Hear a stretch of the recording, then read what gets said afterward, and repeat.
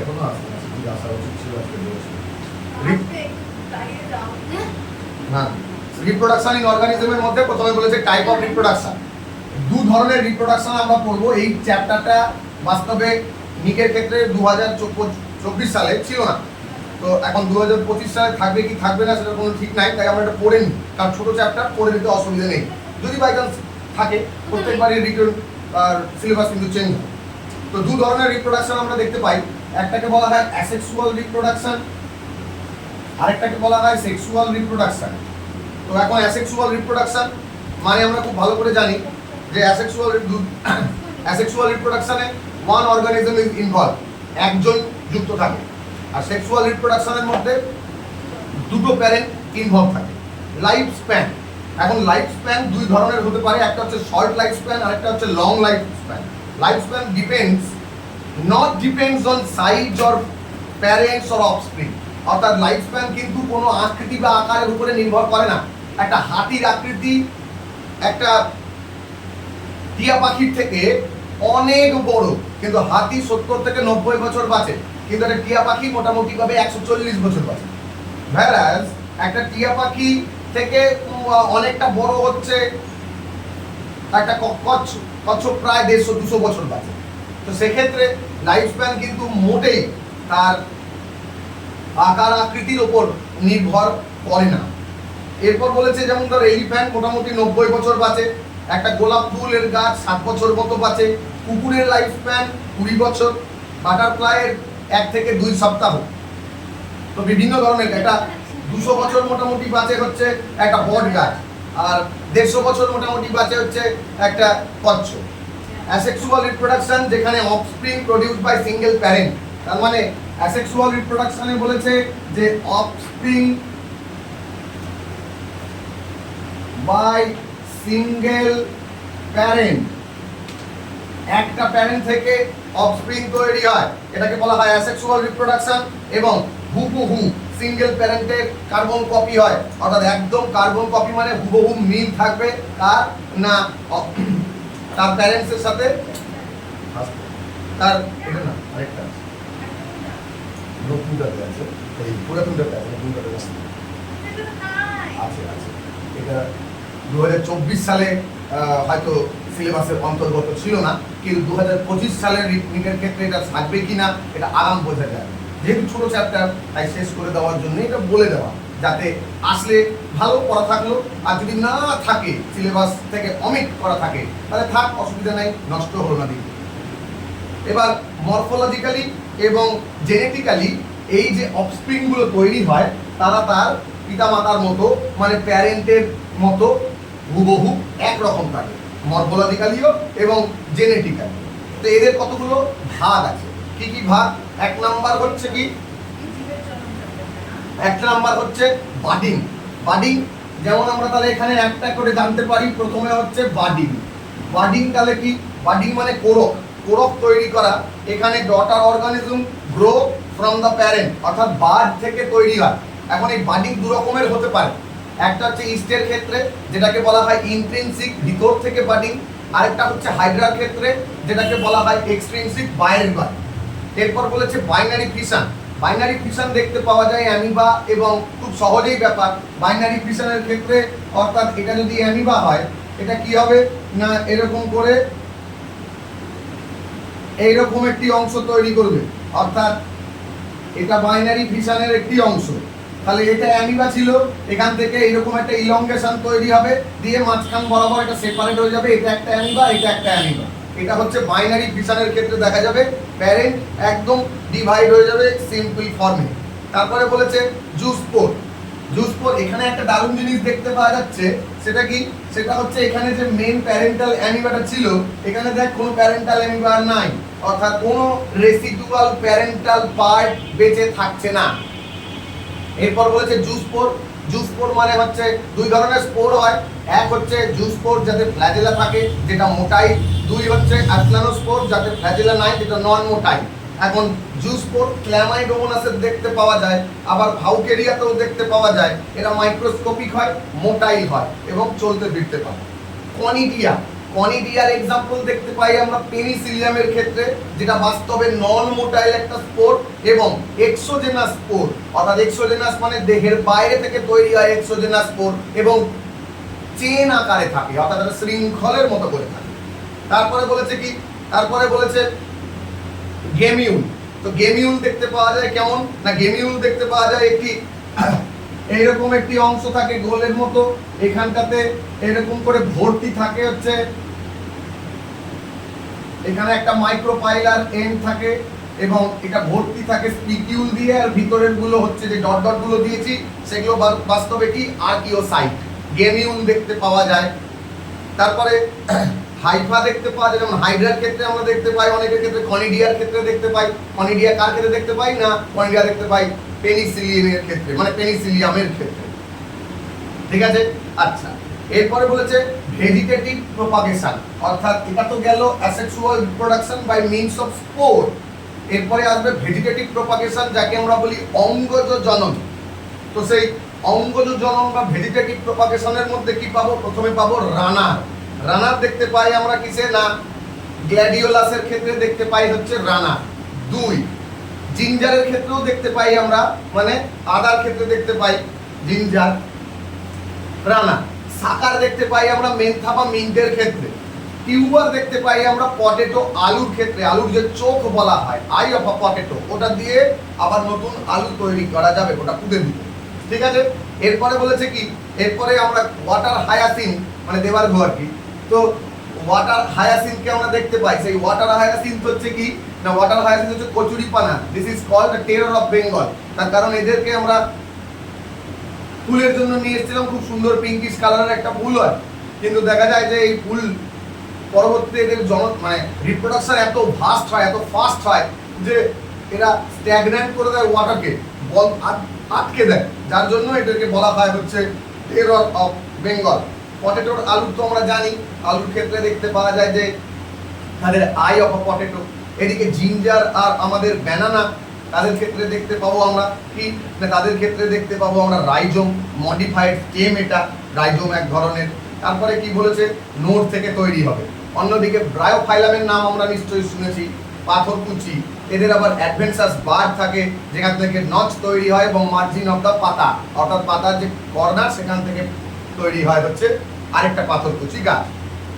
এবার আমাদের এরকম একটা কলাম 1 কলাম 2 যদি দিতে দেয়, বাই চান্স একটা কোশ্চেন এরকম এখান থেকে যদি একটা কোশ্চেন, কলামের কোশ্চেনই বেশি থাকার কথা, তো এরকম আমি লিখে দেখাচ্ছি কলাম 1 আর এখানে কলাম 2। প্রথমে আমি দিলাম কি, spore east potato water hyacinth, এখানে লিখলাম spore east potato and water hyacinth. এদিকে কি আছে, এদিকে দিলাম হচ্ছে টিউবার অফসেট গ্যানিউল বাডিং, এদিকে দিলাম আমি টিউবার অফসেট গেমিউল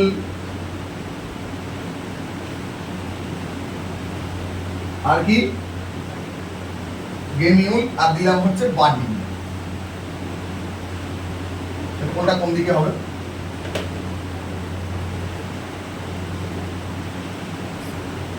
ওর লিখেছি না, এটা সব এবার স্পঞ্জের ক্ষেত্রে, sponge is potato water hyacinth, তাহলে আমরা পটেটোতে দিয়ে দেবো হচ্ছে এটা টিউবার, স্পঞ্জের ক্ষেত্রে দিয়ে দেবো এটা গেমিউল, হলো। এদিকে ইস্টের ক্ষেত্রে কি হবে, আচ্ছা ইস্টের ক্ষেত্রে চলে আসলো বাডিং, একটাই থাকলো ওয়াটার হায়াসিন্থ, তাহলে এইটা হয়ে গেল কলাম। এরকম কিন্তু কোশ্চেন এখান থেকে আসে। এবার কি বলেছে, এবার বলেছে আরেকটা কোশ্চেন আমি বলছি, আরেকটা কোশ্চেনের মধ্যে বললাম which of the following can not serve as vegetative propagation. আবার একটা কোশ্চেন ক্যান নট, আবারও এইরকম কোশ্চেন আসে বলে বলা হচ্ছে কি না, লিখলাম আমি which of the following, which of the following can not serve as vegetative propagation, কোনটা না। তাহলে প্রথমে বলেছে কি প্রথমে 1 নাম্বার বলেছে পটেটো উইথ কি না পটেটো উইথ আই বা পটেটো টিউবার উইথ আই মানে আলুর চোখ। 2 নাম্বার বলেছে কি বলেছে পিস অফ জিঞ্জার মানে টুকরো জিঞ্জারের P I C piece of ginger, ঠিক আছে। পিস অফ জিঞ্জার এখানে পটেটো উইথ আই এখানে লেখা আছে টিউবার, পিস অফ জিঞ্জার এখানে লেখা আছে রাইজোম। 3 নাম্বার বলেছে কি মিডল পিস অফ সুগার কেন,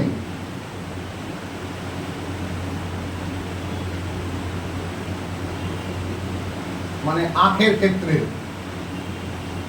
middle piece of sugarcane. আর অন্যদিকে লেখা আছে marginal part of the leaf of পাথরকুচি মানে bryophyllum. Middle piece of sugarcane আর এখানে আর কি বললো মিডল পিস অফ সুগার কেন দেওয়া আছে কি না মিডল পিস অফ সুগার কেনে দেওয়া আছে নোট।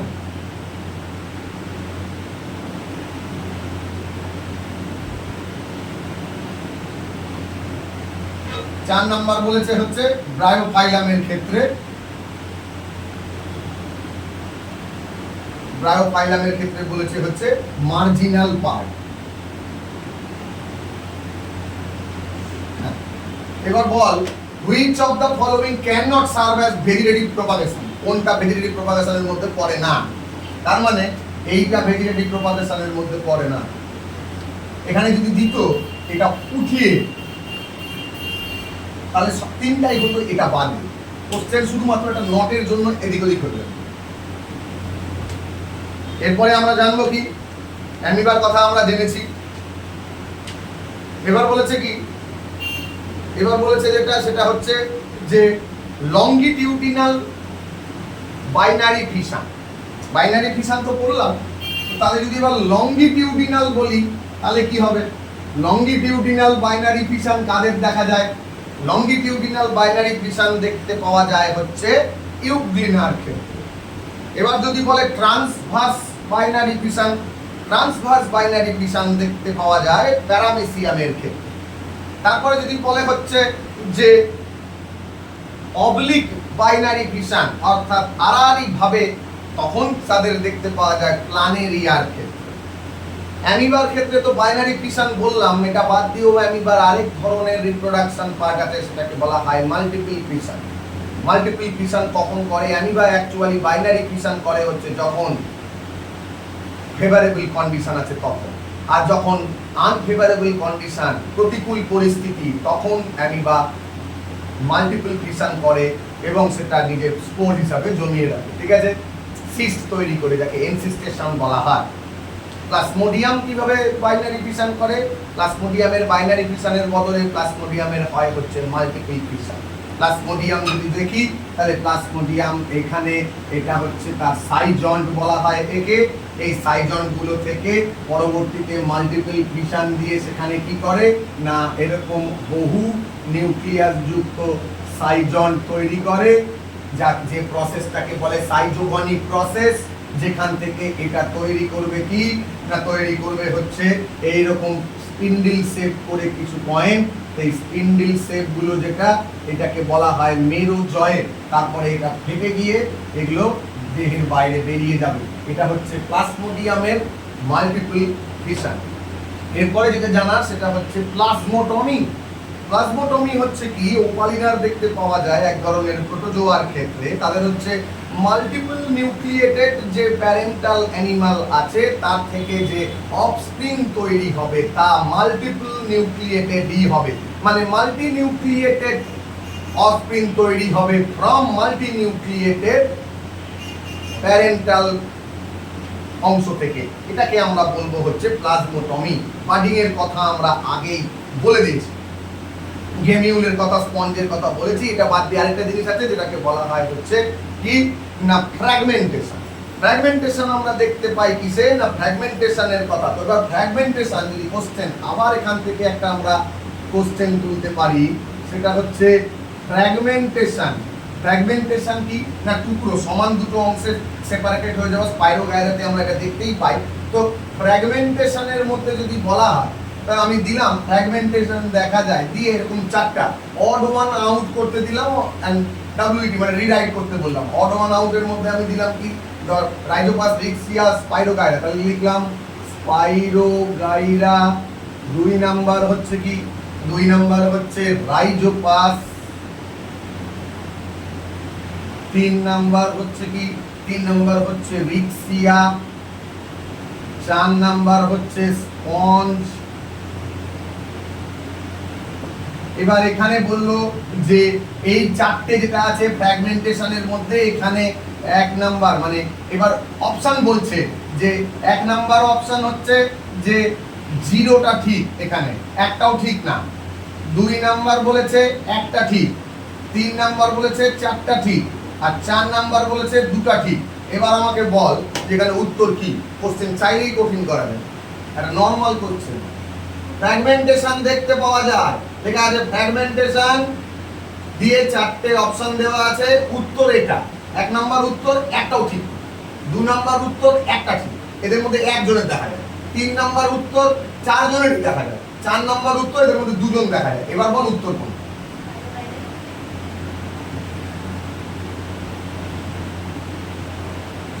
কারেক্ট অপশনস আর লেখা আছে। কটা কারেক্ট অপশন আছে? চাইলেই কোশ্চেন কঠিন করা যায় সামান্য চ্যাপ্টারটা থেকে, মানে এই যে অর্গানিজম লিভিং মানে জীবের জনন পার্ট যেটা একদম সহজ সরল, কিন্তু অথচ কোশ্চেন কঠিন করা যায় চাইলে। এখানে উত্তর হচ্ছে এইটা, অর্থাৎ উত্তর 4টাই ঠিক। এখানে স্পাইরোগাইরাও দেখা যায়, রাইজোপাসে দেখা যায়, রিক্সিয়ায় দেখা যায়। এগুলো হচ্ছে প্ল্যান্টের মধ্যে পড়ে, আর স্পঞ্জ হচ্ছে অ্যানিমালের মধ্যে পড়ে। স্পঞ্জের পরেও আমরা যে সাগর কুসুম আছে সেটাও বলতে পারি। এরপরে বলেছে কি, এরপরে বলেছে যে মরফোল্যাক্সিস আর এপিমরফোসিস, নিশ্চয়ই নাম শুনেছিস। কোন একটা খণ্ড, ধর এইখানটা হাতের অংশটা খসে পড়ে গেল, এই হাতের অংশ খসে পড়ার পরে এই হাত থেকে সম্পূর্ণ শরৎচন্দ্র মজুমদার যদি তৈরি হয়, তাহলে কি হবে না, তাহলে তাকে আমরা বলবো হচ্ছে মরফোল্যাক্সিস। আর যদি শুধুমাত্র হাতের অংশটুকু তৈরি হয়, তাহলে তাকে বলবো এপিমরফোসিস। ঠিক আছে, শুধু হাতের টুকু অংশ। অ্যামিবা, স্পঞ্জিলা, প্ল্যানেরিয়া, হাইড্রা, এদের প্রত্যেকের এটা দেখতে পাবে। এরপরে বলেছে স্পোর প্রোডাকশন। তো স্পোর প্রোডাকশনের মধ্যে কি আছে না, স্পোর প্রোডাকশনের মধ্যে আছে প্রথমে হচ্ছে আমরা জানি, একটু আগে বললাম জুস্পোর। জুস্পোর ক্লামাইডোমোনাস, ভলভক্স, ভাউকেরিয়ার দেখতে পাওয়া যায় এই। আর ওদিকে যেটাতে ফ্ল্যাজেলা লেস, তাদেরকে বলে অ্যাপ্লানোস্পোর। এখন এই যে তোর ফ্ল্যাজেলা, এই ফ্ল্যাজেলাগুলো বিভিন্ন টাইপের হতে পারে যাদের জুস্পোর আছে।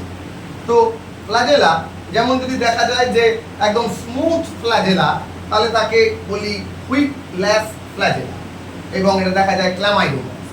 অন্যদিকে 3 সেল ফ্ল্যাজেলা, যেখানে ফ্ল্যাজেলার গায়ে সরু সরু চুলের মতো কিছু অংশ আছে, সেই চুলের মতো বা হেয়ার লাইক প্রজেকশনকে বলি আমরা ম্যাস্টিগোনিম। এরপর ফ্ল্যাজেলা আবার 2 টাইপের, মানে কয়েক ধরনের আকার আছে, ফ্ল্যাজেলার শেপ আছে। যেমন ধর দেখা যায়, যদি দেখা যায় ফ্ল্যাজেলার দৈর্ঘ্য অর্থাৎ length of a flagella is equal in case of chlamydomonas, তখন তাকে বলি আইসোকন্ট। তারপরে হচ্ছে কি, যদি ডিফারেন্ট দেখা যায় তাহলে তাকে বলি অ্যানাইসোকন্ট, এবং এটা ফাইসেরামে দেখতে পাওয়া যায়।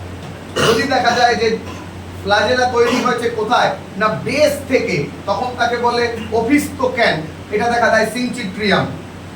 এরপর যদি দেখা যায় যে ফ্ল্যাজেলার আকৃতিগুলো আলাদা, একটা হয়তো গোল রাউন্ডেড, আরেকটা হয়তো লম্বা, তখন তাকে আমরা বলি হচ্ছে হেটেরোকন্ট ফ্ল্যাজেলা, এটা দেখা যায় পিথিয়াম। আর লাস্টে হচ্ছে যদি বেসমেন্টে, অর্থাৎ যেখানে আমাদের জুস্পোর আছে, সেই জুস্পোরের বেসমেন্ট থেকে এক বান্ডিল ফ্ল্যাজেলা তৈরি হয়েছে, উডোগোনিয়ামের ক্ষেত্রে দেখা যায়, সেটাকে বলি হচ্ছে কি না, সেটাকে বলি হচ্ছে স্টেফানোকন্ট। এরপর আমরা প্রত্যেকটাতে জানি যে আগেই আমরা পড়ে চলে এসেছি যে ধর অনিডিয়া কাদের দেখা যায়, ওইডিয়া কাদের দেখা যায়। অনিডিয়া পেনিসিলিয়ামের দেখতে পাওয়া যায়, ওইডিয়া দেখা যায় অ্যাগারিকাসের, ক্লামাইডোস্পোর দেখতে পাওয়া যায় মিউকরের ক্ষেত্রে, হিপনোস্পোর দেখতে পাওয়া যায় ক্লামাইডোমোনাসের ক্ষেত্রে। এগুলো আমরা আগেই পড়ে এসেছি। এবার যেটা আমাদের বলার কথা সেটা কি না, সেটা হচ্ছে সেক্সুয়াল রিপ্রোডাকশন।